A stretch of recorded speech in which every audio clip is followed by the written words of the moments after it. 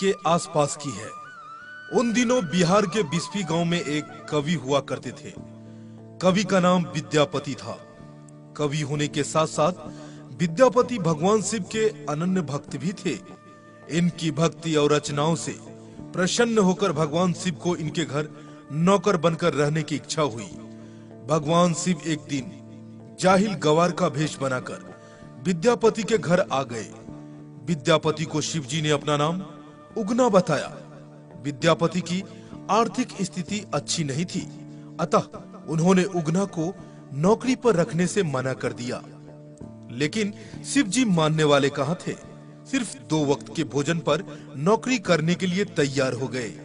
इस पर विद्यापति की पत्नी ने विद्यापति से उगना को नौकरी पर रखने के लिए कहा। पत्नी की बात मानकर विद्यापति ने उगना को नौकरी पर रख लिया। एक दिन उगना विद्यापति के साथ राजा के दरबार में जा रहे थे।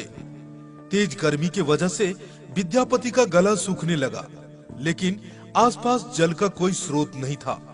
विद्यापति ने उगना से कहा कि कहीं से जल का प्रबंध करो, अन्यथा मैं प्यास से मर जाऊंगा। भगवान शिव कुछ दूर जाकर अपनी जटा खोलकर एक लोटा गंगाजल भर लाए। विद्यापति ने जब जल पिया तो उन्हें गंगाजल का स्वाद लगा और वह आश्चर्यचकित हो उठे। इस वन में जहाँ कहीं जल का स्रोत तक नहीं दिखता, वहाँ गंगाजल कहाँ से आया? वह भी ऐसा जल जिसका स्वाद गंगाजल के जैसा है।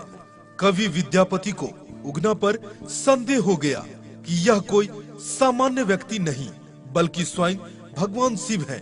अतः उगना से उसका वास्तविक परिचय जानने के लिए जिद करने लगे। जब विद्यापति ने उगना को शिव कहकर उनके चरण पकड़ लिए, तब उगना को अपने वास्तविक स्वरूप में आना पड़ा। उगना के स्थान पर स्वयं भगवान शिव प्रकट हो गए। शिव ने विद्यापति से कहा कि मैं तुम्हारे साथ उगना बनकर रहना चाहता हूँ, परंतु इस बात को कभी किसी से मेरा वास्तविक परिचय मत बताना।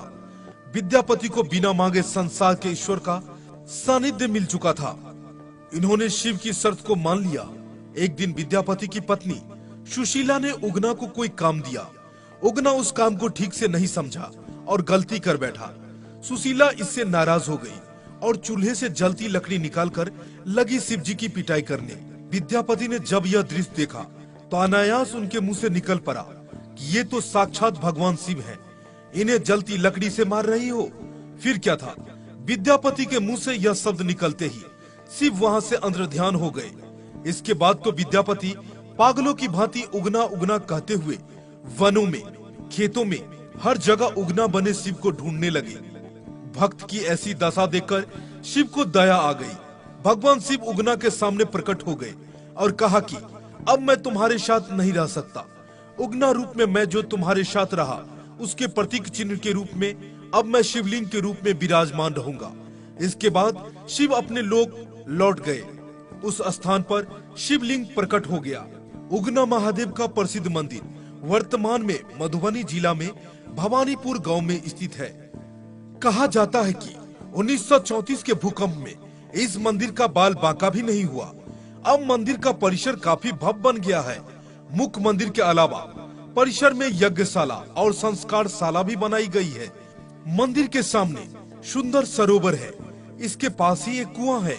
इस कुएं के बारे में कहा जाता है कि शिव ने यहीं से पानी निकाला था। काफी श्रद्धालु इस कुएं का पानी पीने के लिए यहाँ आते हैं। मधुबनी विधानसभा क्षेत्र में यह गांव आता है। गांव में 1954 का बना हुआ हाई स्कूल है। गांव में सड़कें भी काफी अच्छी है। मंदिर के पास एक छोटा सा बाजार है जहां खाने पीने के लिए भी मिल जाता है। दरभंगा से सकरी होकर मधुबनी जाने वाली रेलवे लाइन पर उगना हल्ट पड़ता है।